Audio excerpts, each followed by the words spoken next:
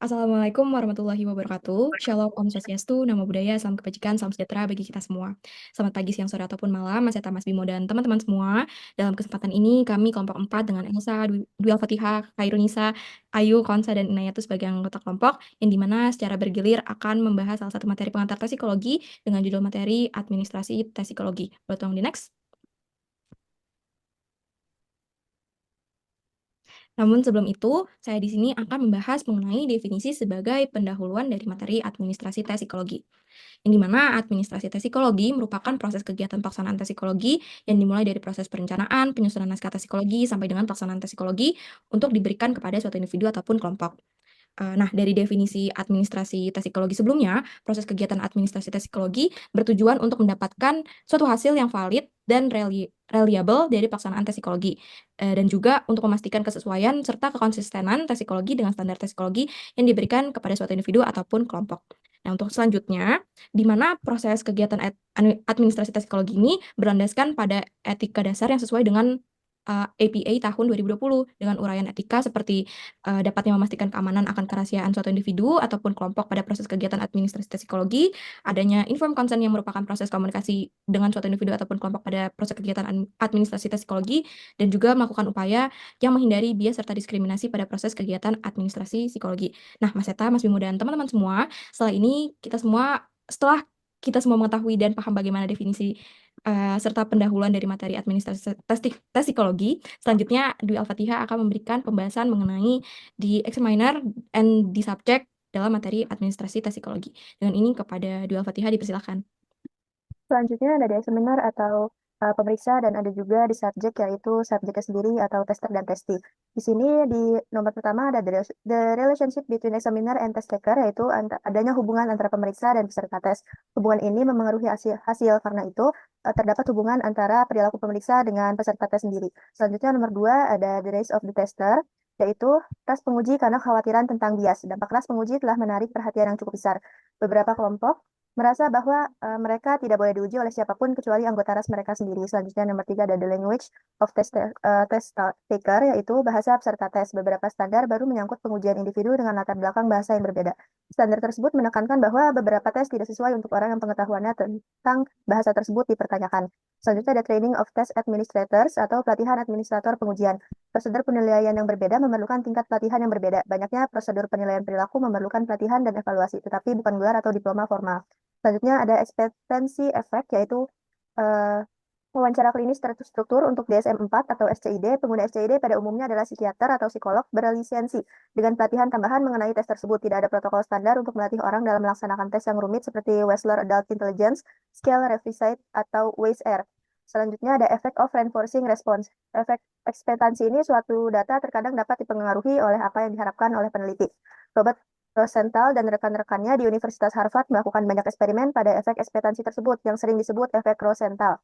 Pengaruh peneliti tidak terbatas pada subjek manusia. Efek dari penggunaan atau penguatan respon tersebut, Sattler dan Tay dalam tahun 1967 meninjau literatur tentang variabel prosedural dan situasional dalam pengujian dan menemukan bahwa penggunaan umpan balik yang tidak konsisten dapat merusak keandalan dan validitas skor tes. Karena penguatan memengaruhi perilaku, penguji harus selalu melaksanakan tes dalam kondisi yang terkendali. Penguatan dan umpan balik memandu peserta tes menuju respon yang diinginkan. Pengujian juga memerlukan kondisi standar karena variabel situasional dapat memengaruhi skor tes. Buku standar for educational and psychological testing yang diterbitkan oleh APA dan kelompok profesional lainnya era APA dan NCME 1999 menekankan bahwa manual tes harus secara jelas menjabarkan petunjuk untuk administrasi. Petunjuk ini harus cukup rinci untuk diduplikasi dalam semua situasi di mana tes diberikan. Manual tes yang baik memberikan instruksi kepada pemeriksa tes yang mencakup kata-kata yang tepat untuk dibacakan kepada peserta tes. Manual ini juga mencakup pertanyaan yang mungkin akan ditanyakan oleh penguji dan instruksi tentang bagaimana administrator harus menjawab mereka.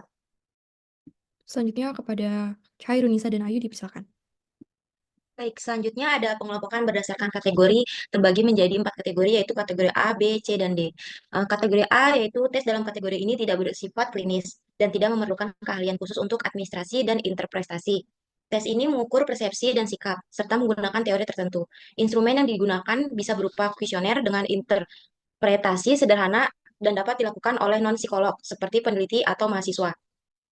Contoh tesnya yaitu meliputi kuesioner kesejahteraan psikologis dan kepuasan kerja. Selanjutnya ada kategori B. Tes kategori ini juga tidak bersifat klinis, tetapi memerlukan pengetahuan umum untuk administrasi dan interpretasi. Tes ini mencakup instrumen yang dapat diadministrasikan secara memadai dengan pemahaman umum. Tes kategori ini berkaitan dengan organisasi atau bidang pekerjaan, seperti inventory, minat, atau tes pilihan ganda. Selanjutnya ada kategori C. Tes ini membutuhkan pemahaman mendalam tentang prinsip-prinsip psikometri dan statistik dasar. Tes ini hanya dapat dilakukan oleh seseorang yang memiliki pendidikan formal terkait psikologi. Scoring dilakukan oleh mahasiswa di bawah supervisi psikolog, dan interpretasinya harus dilakukan oleh psikolog berlisensi. Selanjutnya ada kategori D. Tes ini membutuhkan pengetahuan mendalam tentang konstruksi tes dan interpretasi psikometri lanjutan. Tes ini hanya dapat diadministrasikan oleh psikolog profesional atau mahasiswa yang telah memperoleh pelatihan lanjutan. Supervisi diperlukan bagi pengguna non-psikolog. Interpretasi hasil juga harus dilakukan oleh psikolog dengan pengalaman yang relevan. Selanjutnya ada tes psikologi berdasarkan klasifikasi, yaitu dibagi menjadi 3, yaitu ada tes kognitif, tes bakat, dan tes kreativitas. Tes kognitif yaitu digunakan untuk mengukur kemampuan intelektual dan fungsi kognitif seseorang. Fungsinya adalah untuk mengevaluasi kemampuan otak dalam melakukan berbagai tugas kognitif, seperti mencakup berbagai aspek seperti pemecahan masalah, pemahaman verbal, logika, dan daya ingat. Contohnya itu tes IQ, untuk mengukur kecerdasan umum seseorang melalui berbagai tugas yang menguji kemampuan berpikir logis dan analitis.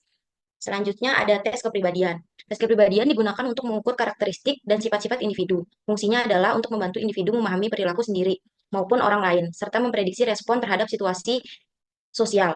Contohnya itu ada Big Five Personality Traits, yaitu model teoritis yang menjelaskan 5 faktor utama kepribadian manusia, yaitu ada ekstroversi, keterbukaan, kesopanan, ketahanan emosional, dan keakuratan. Yang terakhir ada tes bakat, yaitu tes bakat dirancang untuk mengidentifikasi minat, bakat, dan kecenderungan seseorang pada bidang-bidang tertentu. Tujuannya yaitu untuk membantu individu memilih karir yang sesuai dengan bakat dan minat mereka supaya bisa dikembangkan lebih lanjut. Contohnya adalah tes kreativitas. Tes kreativitas dalam psikologi adalah alat yang digunakan untuk mengukur kemampuan seseorang dalam berpikir kreatif atau menghasilkan ide-ide yang orisinal dan bervariasi. Tes ini biasanya melibatkan tugas-tugas yang menilai aspek seperti kelancaran jumlah ide, fleksibilitas yaitu beragamnya ide, orisinalitas yaitu keunikan ide, dan elaborasi yaitu pengembangan ide. Dan untuk yang terakhir, kepada Konsa dan Inaya itu dipersilakan. Yang terakhir ada step-stepnya. Yang pertama itu ada fase persiapan. Nah, di fase persiapan ini ada raport, yaitu membangun hubungan baik antara tester dan testi agar testi merasa nyaman dan tidak tertekan. Lalu ada ego involvement, membuat testi merasa terlibat secara personal dalam proses pengetesan untuk mendorong kerjasama yang baik. Lalu ada motivasi, memberikan dorongan kepada testi agar dapat berusaha semaksimal mungkin sesuai dengan kapasitas dirinya. Mungkin yang keempat ada persiapan tester, memastikan tester siap secara emosional dan menguasai materi tes, serta menjaga penampilan yang netral. Yang terakhir ada persiapan ruangan, memastikan alat tes siap, ruangan bersih, pencahayaan cukup, dan suasana tenang. Kedua ada fase pelaksanaan pengetesan.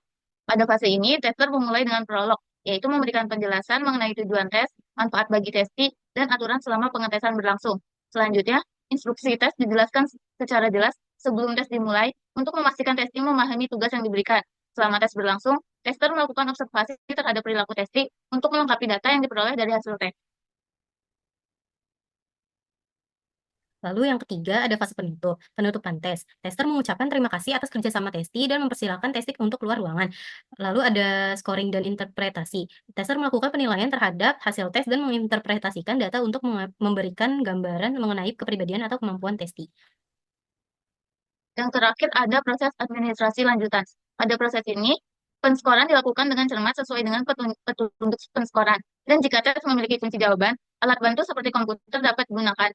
Hasil tes kemudian disusun dalam bentuk laporan yang dapat digunakan untuk keperluan seleksi atau konseling lebih lanjut.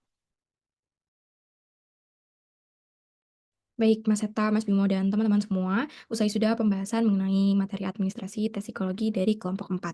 Boleh tolong di next. Berikut daftar pustaka yang kami gunakan untuk membuat mind mapping mengenai administrasi tes psikologi yang kami buat.